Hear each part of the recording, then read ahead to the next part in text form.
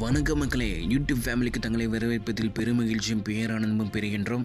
Social media use பண்ண தெரிஞ்சால் மட்டும் போதும் மக்களே. நீங்கள் தினமும் 300 ரூபாய் மேலே சம்பாதிக்கலாம். ரொம்ப ட்ரஸ்டடான கம்பெனி தான். ஜாப் டீட்டெயில்ஸ் பற்றி தெரிஞ்சுக்கணுன்னா கீழே வாட்ஸ்அப் நம்பர் கொடுத்துருக்கேன், டெஸ்ட் பண்ணி பாருங்கள். ஸ்கிப் பண்ணாதீங்க. பெரிய தப்பு. தினம் 300 ரூபாய் சம்பாதிக்க அரிய வாய்ப்பு. இன்ஸ்டாகிராம், ஃபேஸ்புக் பயன்படுத்த தெரிந்தால் போதும். Content post and content publishing மூலமா தினம் 300 ரூபாய் சம்பாதிக்கலாம். இந்த வேலை செய்ய 5 நிமிடம் போதும். Work training support, group communication support, all language customer live chat support. முக்கியமா சொந்தமா ஒரு பிசினஸ் ஸ்டார்ட் பண்ற அளவுக்கு உங்களால கற்றுக்கொள்ளவும் முடியும், சம்பாதிக்கவும் முடியும். இந்த வேலை வாய்ப்பு வழங்குவது 5 வருடத்திற்கு மேல ரன் ஆகிட்டு இருக்க நம்ம தமிழ்நாட்டு company school of business organisation private limited. மேலும் விவரங்களுக்கு டிஸ்கிரிப்ஷன்ல கொடுத்திருக்க நம்பருக்கு வாட்ஸ்அப் பண்ணுங்க. நம்ம நினைச்ச மாதிரி நினைச்ச விதத்துல நமக்கு எது சந்தோஷமோ அந்த விதத்துல என் வாழ்க்கையை வாழணும் அப்படின்றதுக்காக தான் எல்லா விஷயத்திலையும் ஈடுபடுறோம். ஆனா இந்த விஷயம் எங்கேயோ நம்ம மறந்து வீட்டை வாங்குறதுலயும் காரை வாங்குறதுலயும் தேவையில்லாத கேட்ஜெட்ஸ் நிறைய வாங்குறதையும் தான் வாழ்க்கையின் சந்தோஷம் அப்படின்னு நினைச்சுக்கிட்டோம். நான் எப்பயுமே சொல்ற விஷயம் இதுதாங்க. எந்த ஒரு மனிதன் அவனுடைய நேரத்தை அவனுக்கு சொந்தமா வச்சிருக்கானோ அவன் தான் மிகப்பெரிய பணக்காரன். ஏன்னா நம்மளுடைய நேரத்தை நம்மளதான் மாத்திக்கணும்ன்றதுக்காக தான் நம்ம வேலைக்கு போய் நம்மளுடைய நேரத்தையே விற்கிறோம். ஏன்னா நீங்க வாழணும்னா உங்களுக்கு உணவு தேவை, இருப்பிடம் தேவை, செக்யூரிட்டி தேவை. இந்த விஷயங்களெல்லாம் பெறணும் அப்படின்றதுக்காக தான் நம்மளுடைய நேரத்தை வித்து நிறைய நாட்களில் நமக்கு பிடிக்காத விஷயங்களை செய்து கஷ்டங்களை அனுபவித்து சில நாட்கள் கழிந்தாலும் பரவாயில்ல, மிச்ச நாளாவது நான் நினைச்ச மாதிரி வாழணும் அப்படிங்கிற கண்ணோட்டத்தோட தான் நம்ம எல்லாருமே வேலை செய்ய போறோம். ஆனால் நடுவில் நம்ம இது எல்லா விஷயத்தையும் மறந்துடுவோம்.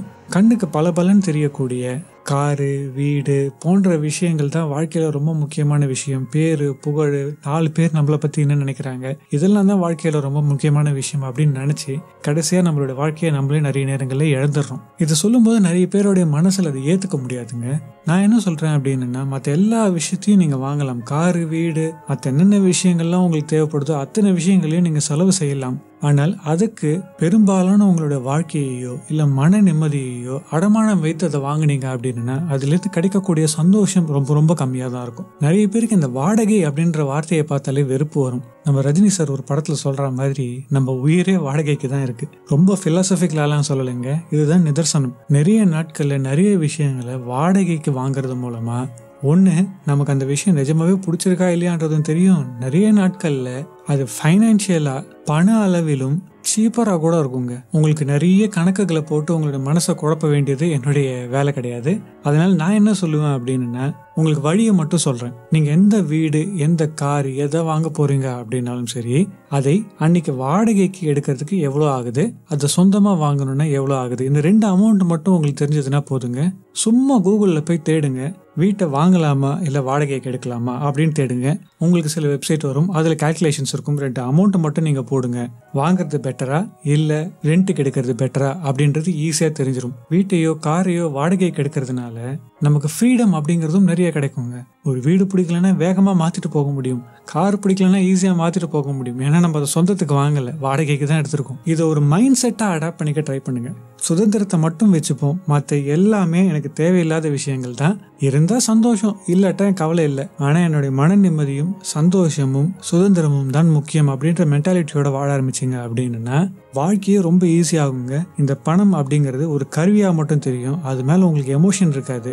அதனாலேயே அந்த பணம் உங்களை நிறைய நோக்கி வரும், நீங்க செழிப்பாகவும் இருப்பீங்க. எனக்கு ரொம்ப பிடிச்ச ஒரு கோட்டுங்க. ஹூ இஸ் வெல்தி அப்படின்னு கேட்டீங்கன்னா, யார் பணக்காரன்னு கேட்டீங்கன்னா, தன்னுடைய தேவைகளுக்கு மேல பணம் வைத்திருக்கவன் தான் பணக்காரன். நீங்க 10 கோடி இல்ல 100 கோடி வச்சிருந்தீங்கன்னாலும் உங்களுடைய தேவை அதுக்கு மேல இருந்தது, கமிட்மெண்ட் அதுக்கு மேல இருக்கு அப்படின்னா அப்ப அந்த நிலையிலையும் ஊருக்கெல்லாம் பணக்காரனை தெரிஞ்சாலும் நம்ம ஏழை தான். ஆனா பாக்கெட்ல 100 ரூபா தான் இருக்கு, ஆனா எனக்கு தேவை 25 ரூபா தான் அப்படின்னா என் மனசுல இருக்க சுதந்திரமும் சந்தோஷமும் என்னை பணக்காரனாகவே உணர வைக்கும். ஸோ 17ஆம் rule, the best thing to buy is freedom.